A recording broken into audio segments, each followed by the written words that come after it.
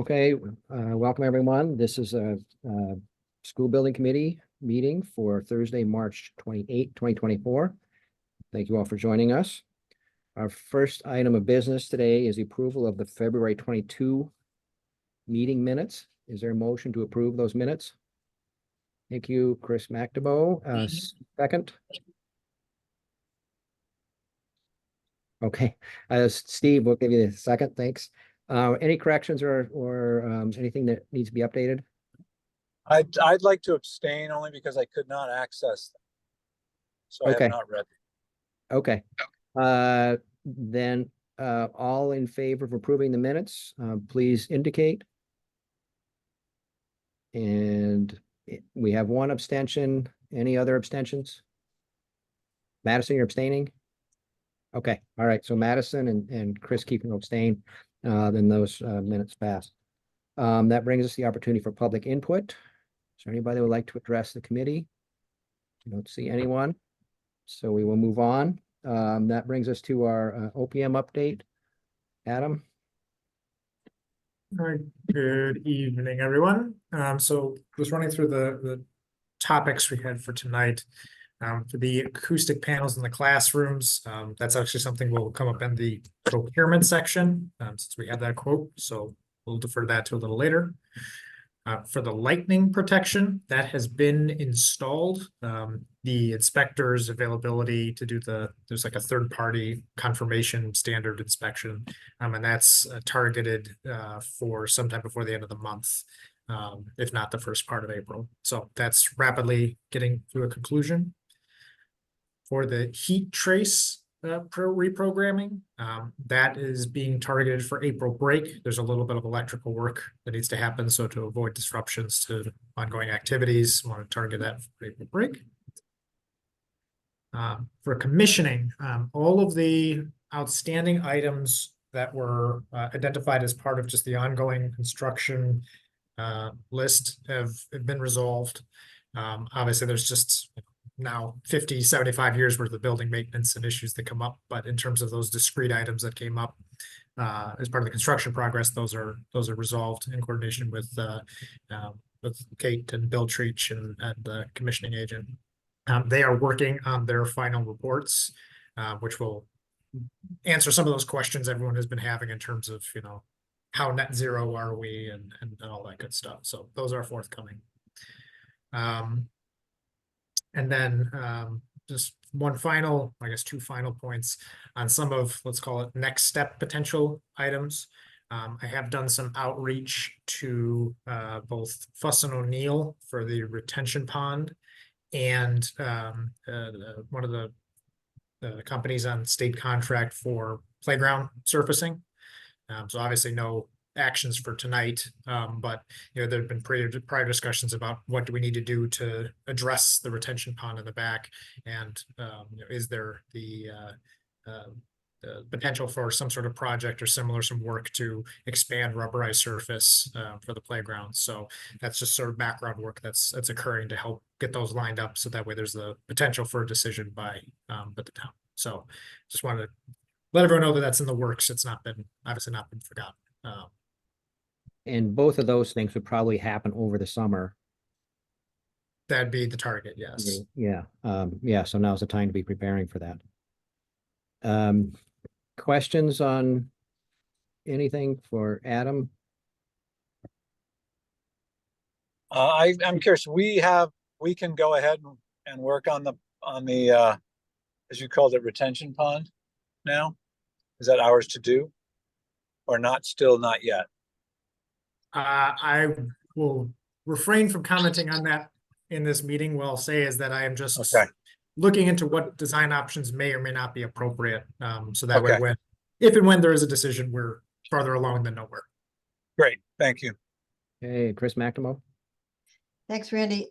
What about the situation with the neighbors and the screening kind of issue? So there was a letter from one of the neighbors that went to the Board of Ed. Kathy and I are going to go out there and meet with them this weekend. Seems like there's some kind of detritus on the ground that we could clean up to, so it's not so unsightly for them. We'll kind of talk about their other questions as well when we're out there, meeting with them. Thank you. Tony? I really want to follow up on the question of what is ours to do and what is not ours to do. Are we ready to make that decision about what's ours and what isn't? The answer to your question is no, we're not ready to declare anything. Those are still part of project closeout, let's say. That again, I wouldn't want to speak outside of sort of the process for discussions with Newfield and town legal and project team, et cetera. So I know that's a nebulous, unsatisfying answer, but at the same time, I don't want to get into the details on where we may or may not be on that. And when will we know? What is the thing that triggers that our ability to make that decision? If there is or is not some sort of conclusory settlement with Newfield or a resolution of the contract process. So it'd be some sort of determination as to how we're proceeding. Either it would come through town leadership and town legal counsel as to what way it fell for moving forward. You think Okay. Adam will happen on Monday during your meeting or later? On Monday. I thought you had a Monday meeting to discuss all that. Was I not right on that? Okay. Or maybe not. There was Oh, some meeting past Monday? yeah. Ryan, do you want to weigh in on what happened Yeah, I there? guess so. I think the thing that could probably be said here is that, we believe we've arrived at, basically an agreement in principle. There's some mechanics, some sort of documentation, closeout sorts of things, to satisfy, all the different procedural items, all the different review entities that are involved. And so we had to kind of hit the pause button on any council action at the last meeting because it just wasn't quite ready. We're optimistic and hopeful that we'll be able to get all that resolved for the council meeting on the 8th. So Chris, we're gonna have to keep our auger engines at bay until we figure this out. Are you on state contract, Jeff? That'd be great. Okay, No, other, but go anyway. ahead. I didn't mean to cut you off, Jeff, sorry. That's okay. Other questions? I don't know, Peter or Kate, if you have anything you want to report on or add? Not really, other than, we're still, pursuing, just to follow up with, the concerns about sound. From time to time, we'll have community members reaching out. And just again, to make sure that we're all on the same page, we have applied additional treatments to the Great Hall. We have noted a decrease in the reverb concerns, and decibels have significantly dropped. It's a loud area, and so there are loud parts of a school building, a gymnasium, a bus, a playground, a cafeteria. So some of this is just adjusting to a different space. But we have options and we support our students. A couple of our students choose to wear noise canceling headphones. Any student who needs them or wants them, if a family is interested in that, Kate and her team gladly will support that. But the team has done a great job, number one, teaching and elevating student expectation and behaviors. There's more quiet tabletop conversations. They're utilizing the space in a very creative way, spread out, and continue to look at how scheduling can help address some of the concerns. But the decibels are within safe levels. And so again, if we have community members who are concerned by that, one is we quickly invite them, come for lunch, come into the space. We have meters that we use from time to time just to continue to take samples. And then for classroom, the loudness or decibels were not necessarily the primary concern. It was really a little bit of that echo reverb effect of having the high kind of cathedral ceilings or vaulted ceilings. And we will be continuing to apply the felt panels. And so I think that's the number one kind of thing, and I'll defer to Kate if there are other elements of the building she wants to report out on. Not necessarily elements. I think you've captured it well. The teachers in the rooms with the cathedral ceilings have all selected their panels, and we're moving forward in that direction. One, terms of communication, in order to help stem off communication about the building project that exists outside of including the school, is that it's a standing item of reporting out for PTO meetings, because that was to kind of keep our conversation where you can get actual answers instead of perpetuating social media conversations.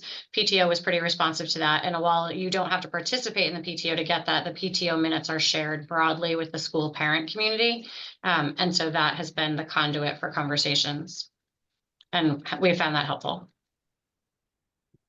Okay, great. Randy, could we have some discussion or comments and follow up and so forth on the radon? And I'm also curious about the potential effect there on how that was accounted for in the net zero calculations. I don't know how precise that was. But. Randy, do you want me to take? Yeah, sure, Peter, thanks. Yeah. So Chris, radon testing began in around December. We're required to retest when we see elevated levels. So there was a retest, confirmed that there were actually 13 rooms. There was some redundancy in there. And so we had previously reported 15 rooms, but it was 13. Primarily on the lower level. Jeff can talk more about the design that anticipated should this be a concern, because we're in New England, the geology does support the potential of radon in the air. And so while we didn't have it active fans installed, there was some foresight given that this may be something we have to do. So as soon as we had the second hit of those 13 rooms, within several days, Bill Treach from facilities had the fans installed. We immediately had the rooms retested after a wait period, and shared with the community that the results came in last week, and all levels are below action level. So the fans are doing their work, and the mitigating strategy of the venting beneath the slab or whatever it is, Jeff can talk about. Yeah, So at this point, we will continue to test annually. We're required to do that. But all indications is that the system is working. So typically when we do a set of drawings, we have to go to the state for a review for code. We have to have letters, radon letters. We have to supplement or supply them with maps of the likelihood, and there's state maps that show the likelihood, but it never specifically states yes or no that we need this. But I automatically do it. We put the infrastructure in. We got 2 radon pits in the building. We got all the infrastructure up to the roof. Then it gets tested. We don't know anything before that. So I automatically put the infrastructure in. The first test that happens comes back high. They retest. If it's still high, I believe, correct me if I'm wrong, this was just over, what it is, but it's still important to do this. So I called Bill and I said, put the fans in. We got outlets, GFIs on the roof, get those fans in, retest it. If it's the same high ratings, potentially what would probably be the cause is that in Guilford, we had an issue where the contractor put duct tape on the bottom of the PVC pipe before he poured the slab and forgot to take it off. So I said, if they come back high again, you have to run a snake through to poke that and make sure it's breathable. So I'm glad that dropped. That means the system's working. The fans are working. So that's a huge relief. Because my next thinking would be that they inadvertently covered the end of the pipe down in the radon pit. We have 2 pits down there. Yes, but it seems like it's worked and is working. So yeah, that's great. Maybe just to add, and if Jeff could speak to this or clarify what I'm about to say, but my understanding, because I know I've been asked this question. I suspect others have been too about, well, the school was opened last spring, and so students have been in the building, staff have been in the building. The building's been, for all intents and purposes, complete, for that period of time. So why the delay in the testing? And my understanding is that it's prescribed that the expectation is buildings get tighter during the heating season. You're trying to capture, let less breathability, I guess we'll say. And so my understanding is that per state regulations or requirements, we really couldn't begin testing until like the November, December timeframe. Jeff, is that accurate? Correct. Because during that time, we were doing all that commissioning as well. Yep. Fine tuning and with the whole net zero thing and everything else. So I'm glad that it was, taken care of. This is great news. But again, if you look at the results, sure, what was the term they use? If it's above the normal Action Yeah. level. actionable. So even 1 or 2 points, I don't know that this was extremely above that. So, but anything even close, I would say automatically put the fans in and let's retest and see what's going on. I take that stuff seriously. So that's why we always put the infrastructure in, even if the contractor, and I think even in this case, said, oh, we can save some money. Do we really need this thing? Don't even ask me that again. Put it in. I'm going to be checking it. Okay, thank you all very much. I think it's important for us to kind of have an overview of it. Okay, any other questions? All right, then Adam, we can move on to procurement review. I just want to say one thing if I can. Chris had a question about the net zero. So I just wanted to let everybody know what we're working on behind the scenes, because I'm anxious to get this going as well. I had Colorado and Craig from Colorado fill out the form. It's a 10-month form, so we have to wait for the end of March. And this is for the net zero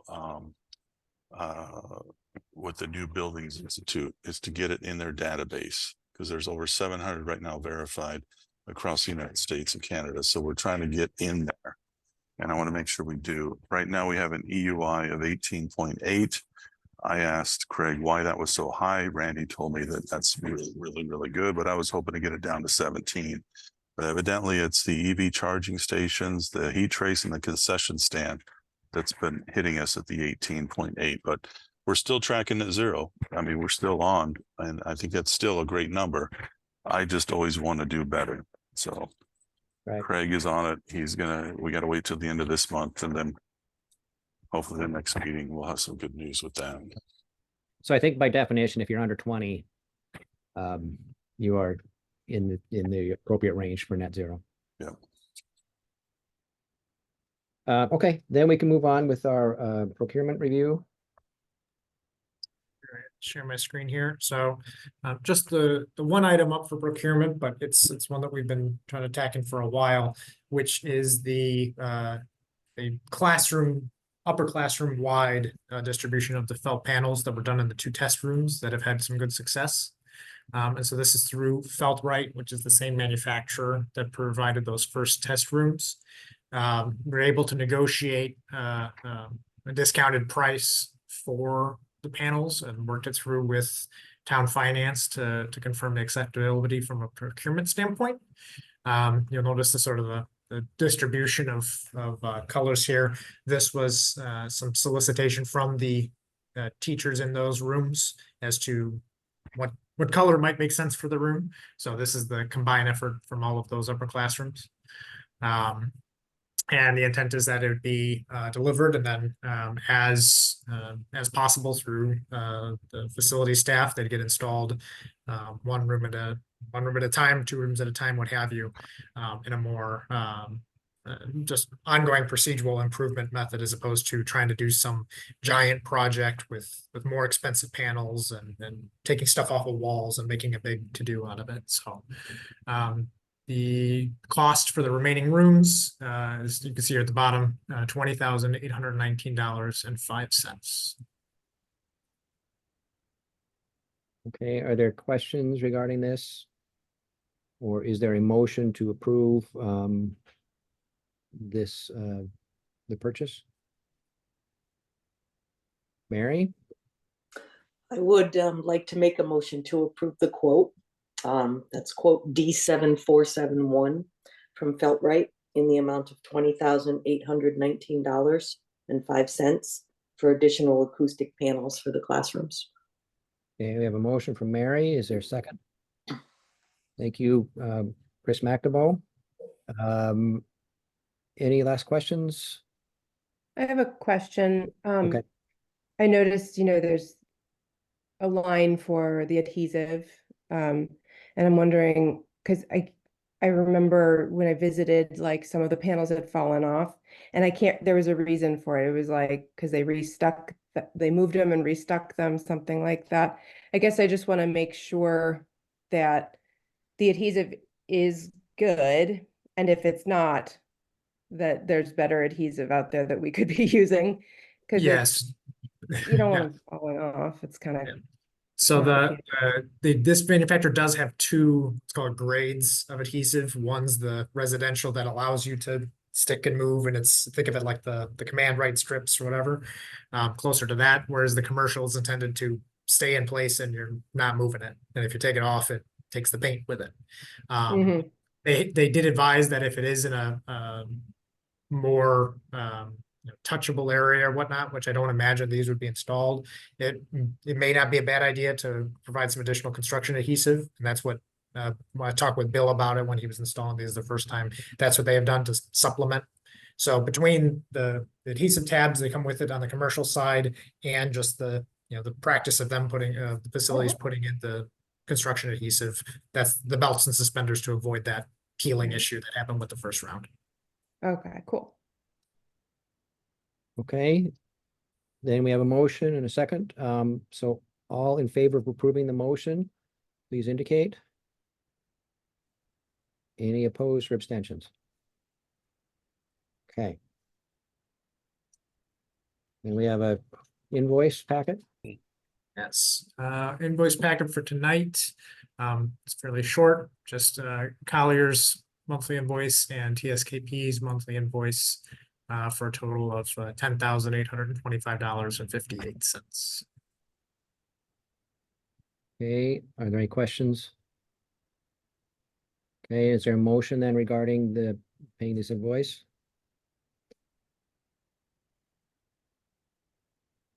Oh, Mary, thank you. What a surprise. I would be happy to make a motion to approve the invoice packet dated today, March 28th, 2024, including invoices from Colliers and TSKP for a total approval of $10,825.58. Okay, thank you. Is there a second? Chris McNamee again, thank you. Then all in favor of approving the motion, please indicate. Any opposed or abstentions? Okay, great. That brings us then to adjournment. Is there a motion? I move we adjourn. Okay, Chris Kiefner moves and Steve seconds. All right, thanks. Then we'll see you all next time. Thanks very much, Randy.